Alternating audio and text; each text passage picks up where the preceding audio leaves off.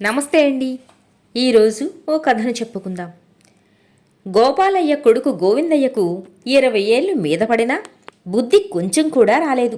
వాడు ఒక్క మంచి పని చేసేవాడు కాదు.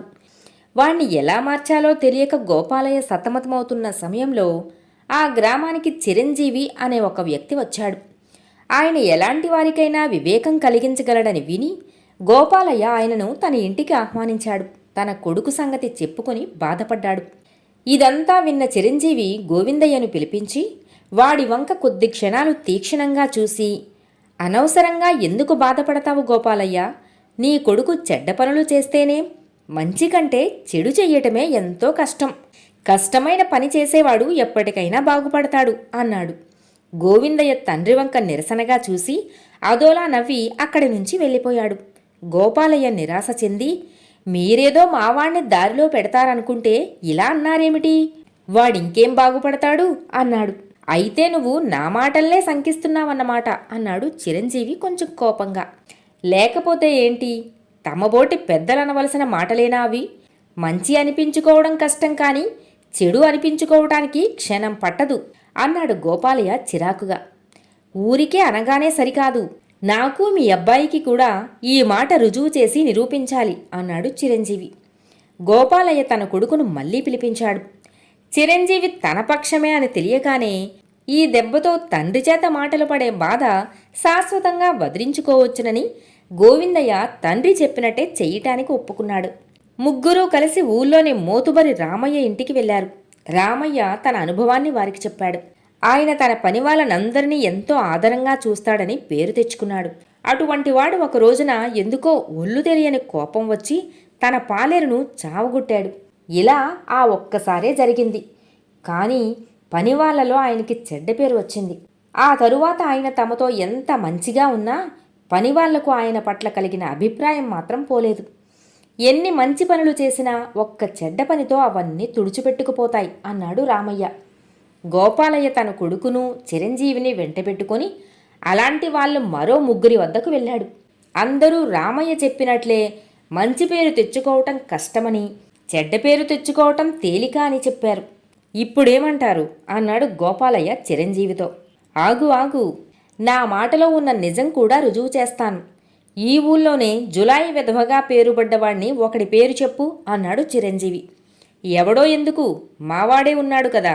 అయితే వాడు మన వెంటే అఘోరించాడు కనుక ఇంకొకటి పేరు చెబుతాను. వాడి పేరు చంద్రయ్య అన్నాడు గోపాలయ్య. ముగ్గురూ కలిసి తాము ముందు చూసిన రామయ్య వగైరాల వద్దకు వెళ్ళి చంద్రయ్యను గురించి వాళ్ళ అభిప్రాయాన్ని చెప్పమని అడిగారు. వాడు ఒట్టి వెధవండి, వాడి మొహం చూస్తేనే పంచమహాపాతకాలు చుట్టుకుంటాయి అన్నారు రామయ్య ఇతరులు ఏకగ్రీవంగా. అప్పుడు ముగ్గురూ కలిసి చంద్రయ్య దగ్గరికి వెళ్ళారు. చిరంజీవి వాడితో, ఊరంతా దుర్మార్గుడు అంటున్నారు నిన్ను, ఆ విషయం నీకు తెలుసా అన్నాడు. తెలుసు, ఏ వెధవ ఏమనుకుంటే మాత్రం నాకు లెక్కేమిటి అన్నాడు చంద్రయ్య. ముగ్గురు అక్కడి నుంచి తిరిగి వచ్చేటప్పుడు దారిలో వాళ్లకు ఒక బిచ్చగాడు కనిపించాడు. చిరంజీవి వాణ్ణి దగ్గరకు పిలిచి, దున్నపోతులా ఉన్నావు, పని చేసుకుని బ్రతకలేవు, ఇలా అడుక్కు తినకపోతే అని కసిరాడు. ఇష్టమైతే బిచ్చం వెయ్యండి, లేకపోతే మానేయండి, అంతేగాని మాటలు మాత్రం విసరకండి. నేను నా మానాన్ని అడుక్కు తింటున్నానే కాని చెడ్డ పనులు మాత్రం చెయ్యటం లేదు అన్నాడు బిచ్చగాడు. వాడు వెళ్ళిపోయాక చిరంజీవి నవ్వి, చూశారుగా, బిచ్చగాడు కూడా మాట పడటం లేదు. ఊరంతా తనను దుమ్మెత్తిపోసినా చెడ్డ పనులు చేసేవాడు వాటన్నింటినీ సహించి చెడ్డ పనులు చేసుకుపోగలుగుతున్నాడు. అలాంటి ఓర్పు చెడ్డవాళ్లకు తప్ప సాధ్యపడుతూ వేరెవ్వరకు. అందుకే చెడ్డగా ఉండడం కష్టమంటున్నాను.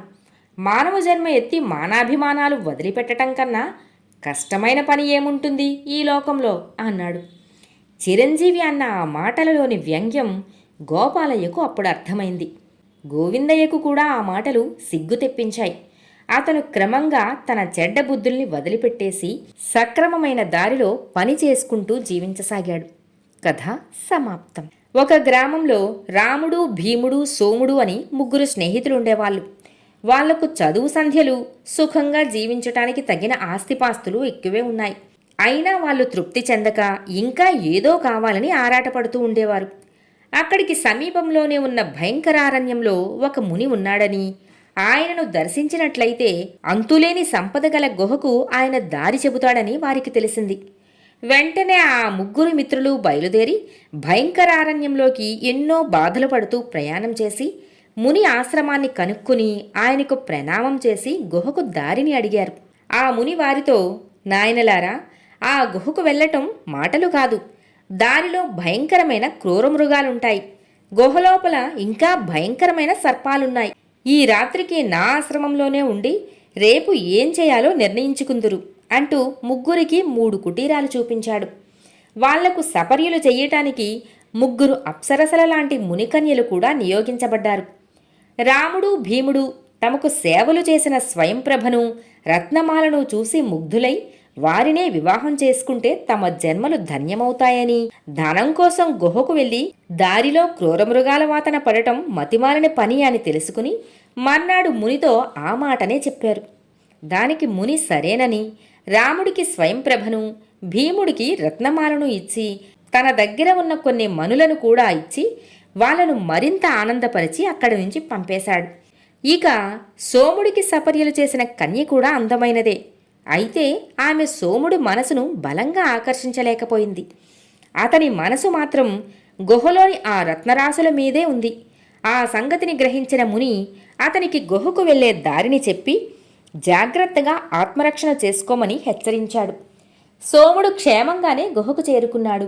అతనికి దారిలో భయంకర ప్రమాదాలేవీ తటస్థపడలేదు.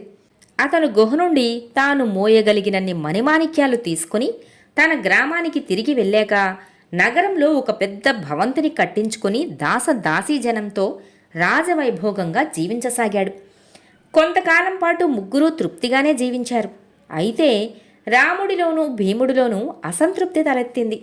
భీముడి భార్య తన భార్య కన్నా అందమైనదిగా రాముడికి అనిపించింది.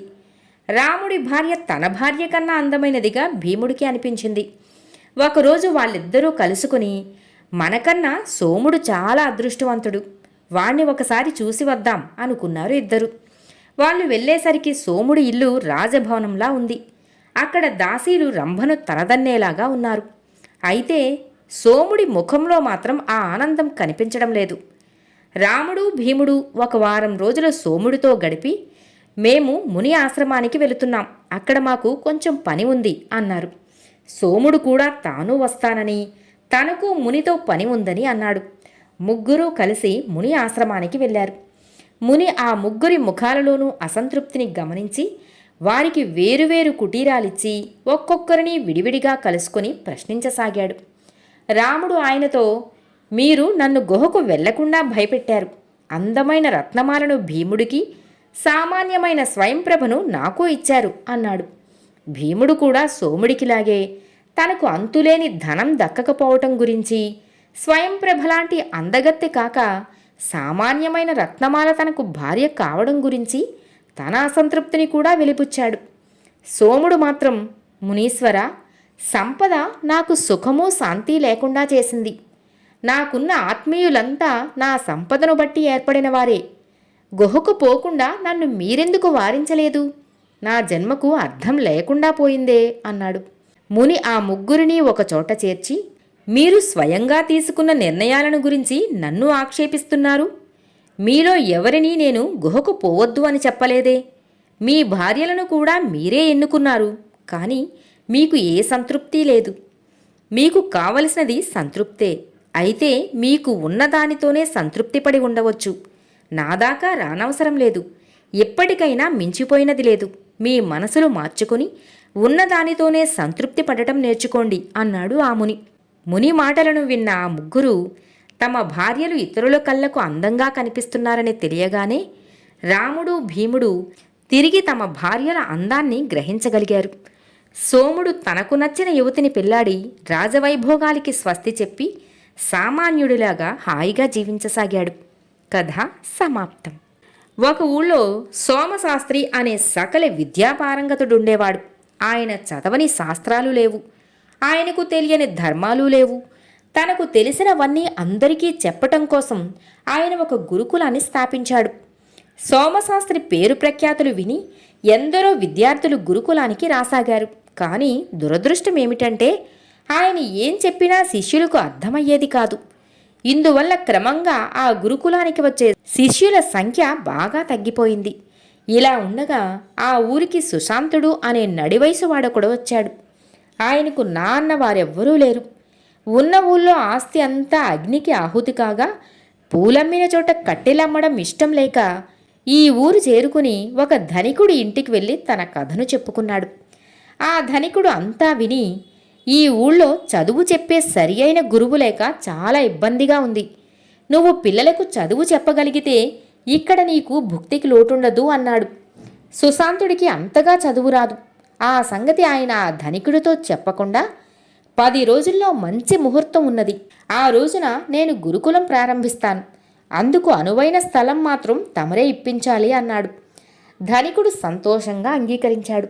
ముహూర్త దినంలోగా సుశాంతుడు సోమశాస్త్రిని కలుసుకుని ఈ ఊరిలో తమబోటి పండితులుండగా గురువులకు కొరత ఎలా వచ్చింది అని అడిగాడు. తల్లిదండ్రులు సంపాదించి ఇచ్చిన ఆస్తి నాకున్నది. నా విద్యను 10 మందికి పంచిపెట్టాలన్న కోరిక తప్పితే నాకు ధనాశ లేదు. కానీ ఎందువల్లనో విద్యార్థులకు నేను చెప్పే పాఠాలు బోధపడకుండా ఉన్నాయి అన్నాడు సోమశాస్త్రి విచారంగా. తమరేం విచారించకండి. మీ విద్యను నేను 10 మందికి పంచిపెడతాను. మీరు నాకు చదువు చెప్పండి. అది నేను నా శిష్యులకు నేర్పుకుంటాను అన్నాడు సుశాంతుడు. నా వల్ల కాని పని నీ వల్ల అవుతుందా అన్నాడు సోమశాస్త్రి సందేహంగా చూస్తూ. అనుమానించకండి. మీరు నాకు చదువు చెప్పకపోతే నాకు భుక్తి గడవదు అన్నాడు సుశాంతుడు. సోమశాస్త్రి మారు మాట్లాడకుండా సుశాంతుడికి చదువు చెప్పటానికి ఒప్పుకున్నాడు. 10 రోజుల్లోనే సుశాంతుడు సోమశాస్త్రి వద్ద కొంత నేర్చుకుని గురుకులాన్ని ప్రారంభించాడు. సుశాంతుడి అవగాహన గొప్పది. ఆయన సోమశాస్త్రి చెప్పే ప్రతి విషయాన్ని చక్కగా ఆకలింపు చేసుకుని దాన్ని చక్కని రూపంలో చిన్నపిల్లలకు అర్థమయ్యే విధంగా చెప్పేవాడు. సుశాంతుడి బోధనా పద్ధతి పిల్లలకు చక్కగా సరిపోయింది. ఎంతో క్లిష్టతరమైన శాస్త్రాలను కూడా పిల్లలు అర్థం చేసుకోసాగారు. ప్రతిరోజు సుశాంతుడు సోమశాస్త్రి వద్దకు వెళ్ళి చదువు నేర్చుకునేవాడు. తను తెలుసుకున్న విషయాలన్నీ కథలుగా మార్చి పిల్లలకు చెప్పేవాడు. క్రమంగా సుశాంతుడికి శిష్యులు పెరిగారు.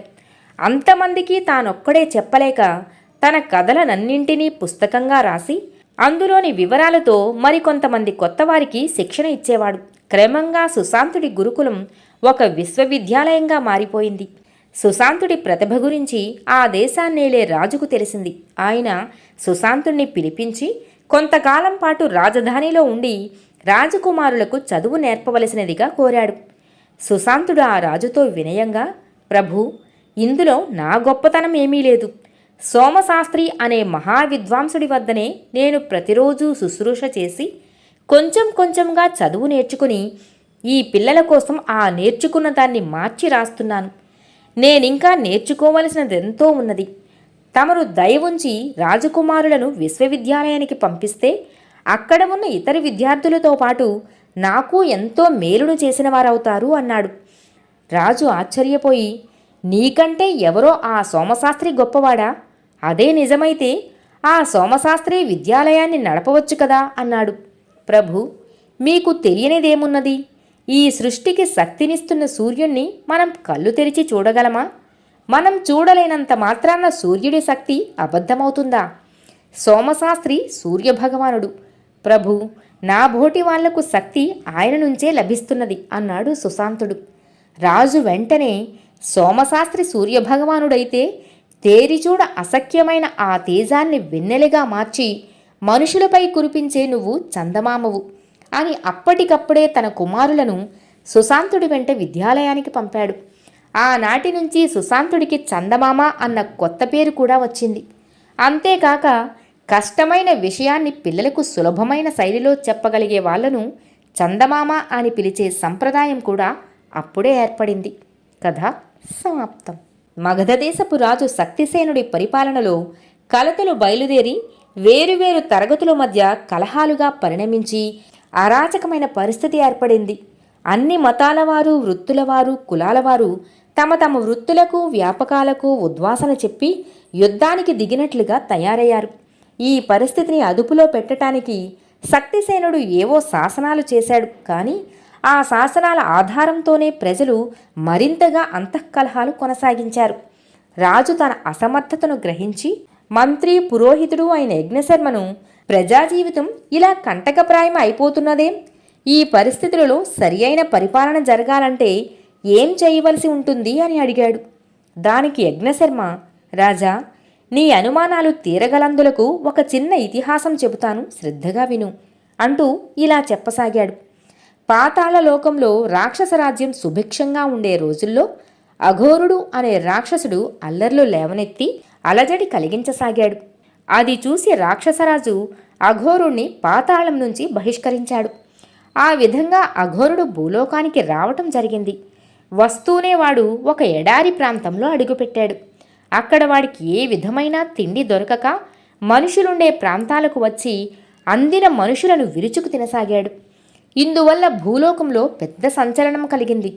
అఘోరుడు ఎప్పుడు ఏ ప్రాంతానికి వస్తాడో తెలియదు. ఏ క్షణాన ఎవరికి చావు మూడుతుందో తెలియదు. భూలోకంలో చాలా దేశాలున్నాయి. ఎవరి భాష వాళ్ళది. ఎవరికి వాళ్ళే అందరికన్నా గొప్పవాళ్ళు.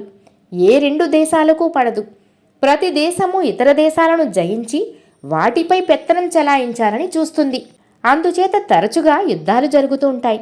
అందులో పై చెయ్యిగా ఉండటానికి కొత్త కొత్త మారణాయుధాలు కనిపెట్టబడుతూ ఉంటాయి. అఘోరుడు భూలోకానికి వచ్చిన తొలి రోజుల్లో అనేక మంది వీరులు ముందుకు వచ్చి తమ తమ దేశాలను వాడి బారి నుండి కాపాడటానికి ప్రయత్నించారు.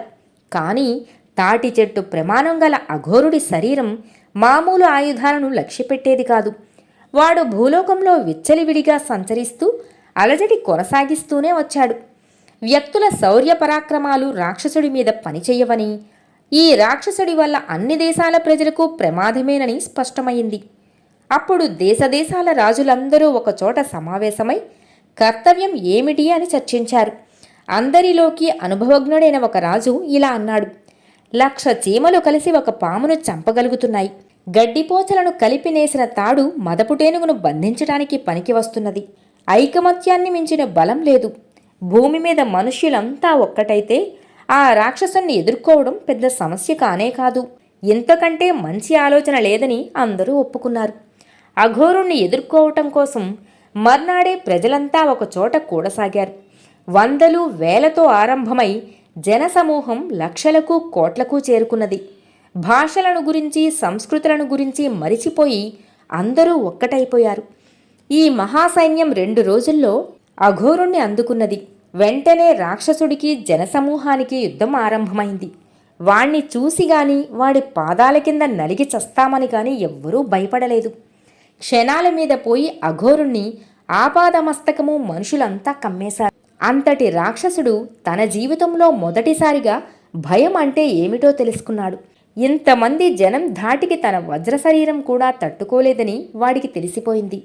అందుకని వాడు జనాన్ని ఎదుర్కొనే ఆలోచన కట్టిపెట్టి పరుగులంకించుకున్నాడు. పరిగెడుతున్న వాడి కాళ్ల కింద ఎంతోమంది నలిగి చనిపోయారు. వాడి శరీరం మీదికి పాకిన మనుషులు కిందికి దూకి కాళ్ళు చేతులు విరుచుకున్నారు. అయితేనేం ప్రజలకు వాడి పీడ వదిలింది. అటు తర్వాత అఘోరుడు మనుషులను ఎదుర్కోవటానికి 2-3 ప్రయత్నాలు చేసి ఘోరంగా దెబ్బతిని చావు తప్పి కన్ను లొట్టపోయినట్టు అయ్యాడు.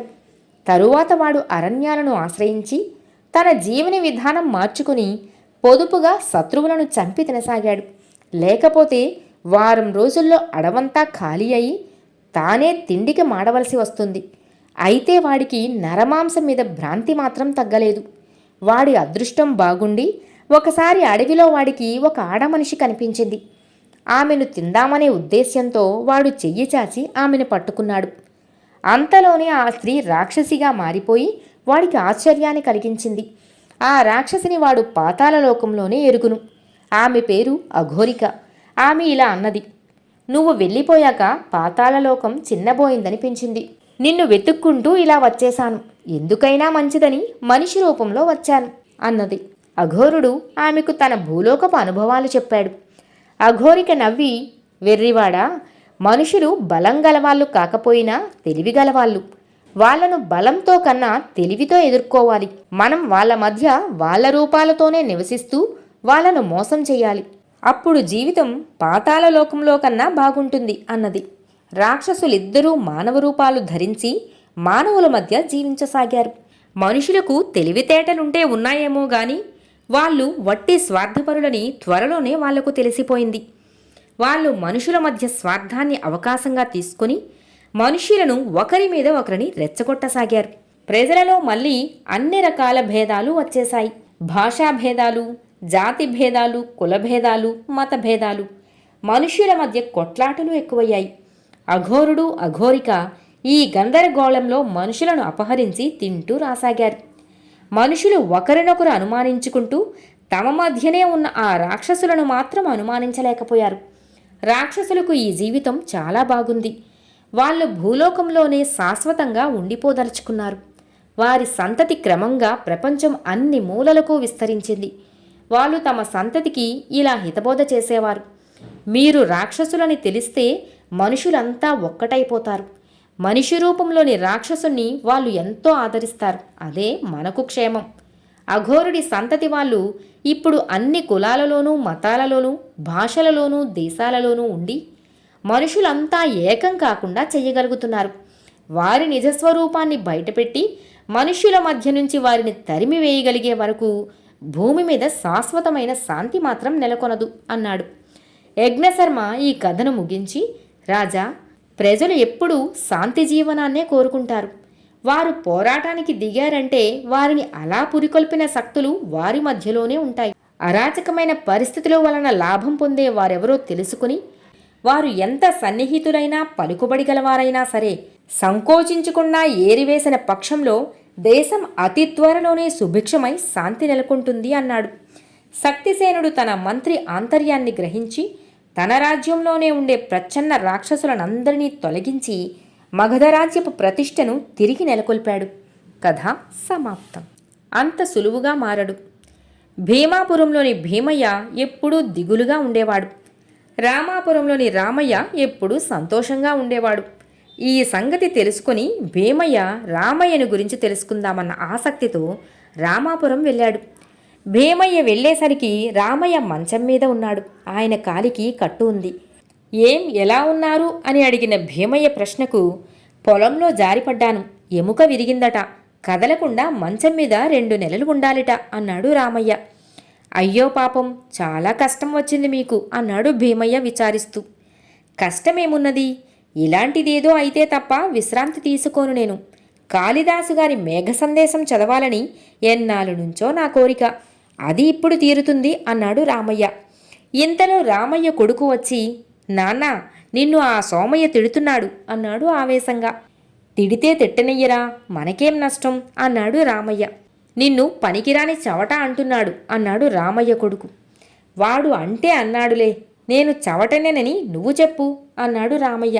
వాడి చేత మాటలు పడి ఊరుకుంటే నువ్వు చవటవేగా మరి అన్నాడు రామయ్య కొడుకు ఉక్రోషంగా. నేను చవటనే అయినప్పుడు వాడి అంటే మాత్రం తప్పేమిట్రా, ఉన్నమాటే గదా వాడన్నాడు అన్నాడు రామయ్య.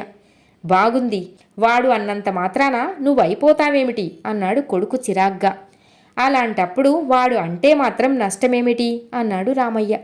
నష్టం ఉన్నా లేకపోయినా వాడు అలా అంటే ఎందుకు ఊరుకోవాలి అంటాను అన్నాడు రామయ్య కొడుకు. ఇది విన్న రామయ్య కొడుకుతో ఇలా అంటున్నాడు, ఒరేయ్, వాడు అసలు అలా ఎందుకంటున్నాడు? ఇదివరకు నన్నేమీ అనేవాడు కాదు కదా అన్నాడు రామయ్య కొడుకుతో. ఒకప్పుడు మనకు వాడికంటే తక్కువ పొలం ఉండేది. నువ్వు కష్టపడి ఇప్పుడు వాడికన్నా పెద్ద ఆస్తిపరుడు అయ్యావు కదా, అది వాడి ఏడుపు అన్నాడు రామయ్య కొడుకు తండ్రితో. చూసావా, ఎవడైనా మనని కారణం లేకుండా తిడుతున్నాడంటే దాని వెనకాల ఏదో కొంత కథ ఉంటుందన్నమాట. ఒకడు మనని ఉత్తపుణ్యానికి తిడుతున్నాడంటే మనం చాలా ఉన్నత స్థితిలో ఉన్నామన్నమాట. అందుకు సంతోషించాలి కానీ విచారించడం ఎందుకు అని రామయ్య కొడుకుతో అన్నాడు. నువ్వింతే, అన్నింటికీ అలాగే చెబుతావు అంటూ దిగులుగా వెళ్ళిపోయాడు రామయ్య కొడుకు. లోతుగా ఆలోచిస్తే ఈ ప్రపంచంలో విచారించదగినది ఏదీ ఉండదు భీమయ్య గారు అన్నాడు రామయ్య. ఇది నేను అనుభవం మీద తెలుసుకున్న సత్యం, దీనిని మీరు ఒప్పుకుంటారా అని మళ్ళీ అడిగాడు రామయ్య. మంచం మీద నుంచి లేవలేని స్థితిలో ఉన్న మీకు మీ భార్య చక్కగా సేవలు చేస్తున్నది. ఎంత ఆవేశమున్నా మీ అబ్బాయి మీ మాటని వింటున్నాడు.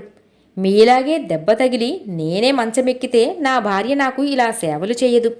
నా కొడుకు ఒక్కసారి కూడా నా మాట వినడు. నా దురదృష్టానికి నాకు చాలా బెంగగా ఉంది అంటూ భీమయ్య అక్కడి నుంచి సెలవు పుచ్చుకున్నాడు. అంతే, కొందరు మారరు. అసలు నేరం. జనప్రియ మహారాజుకు శ్రద్ధగా పనిచేసే రాజోద్యోగులందరినీ ప్రత్యేకంగా సన్మానించాలనే కోరిక పుట్టింది. అందుకని ఆయన 2 మంత్రుల్ని నియమించాడు. వారు విడివిడిగా ప్రతి రాజోద్యోగిని గమనించి తమ అభిప్రాయాన్ని రాజుకు తెలియచేయాలి. ఇద్దరి దృష్టిలోనూ మంచి పనివాళ్లుగా ఉన్నవారికి రాజు 1 నెల జీతం బహుమానంగా ఇవ్వాలని నిర్ణయించుకున్నాడు. 1 నెల పాటు మంత్రులిద్దరూ విడివిడిగా రాజోద్యోగులను గమనించి వారిని గురించి తమ అభిప్రాయాలు విడివిడిగానే రాజుకు సమర్పించారు.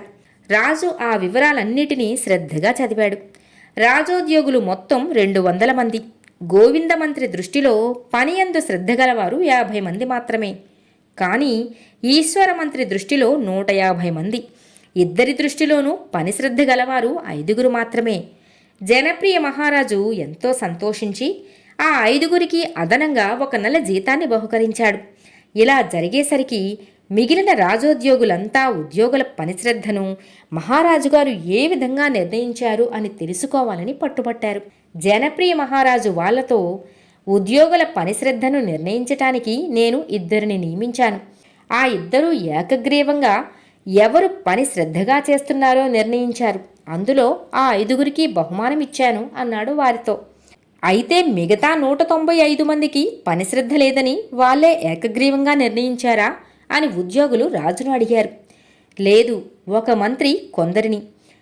అలా లేదు, 1 మంత్రి కొందరిని, ఇంకో మంత్రి మరికొందరిని ఎంపిక చేశారు.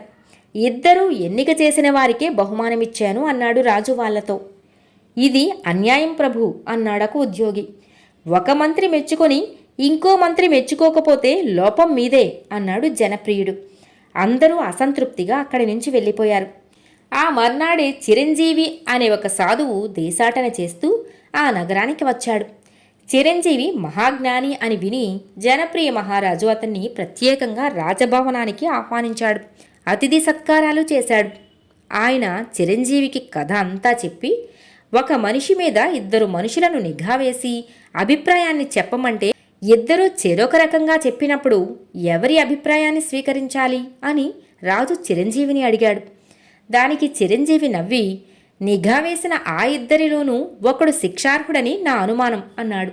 రాజుకు చిరంజీవి ఉద్దేశం సబబే అనిపించి విచారణ జరిపేసరికి ఈశ్వరమంత్రి ముందుగానే రాజోద్యోగులను హెచ్చరించి వాళ్ల దగ్గర లంచాలు స్వీకరించి లంచాలిచ్చిన వారి పేర్లు మాత్రమే తన నివేదికలో ఎన్నిక చేశాడని తెలిసింది. ఈశ్వరమంత్రికి లంచాలు ఇచ్చిన వాళ్ళు రాజుతో ఆ మాట చెప్పడానికి భయపడ్డారు. తమపై గోవిందమంత్రి నిఘా ఉన్న సంగతి వాళ్లకు తెలియదు.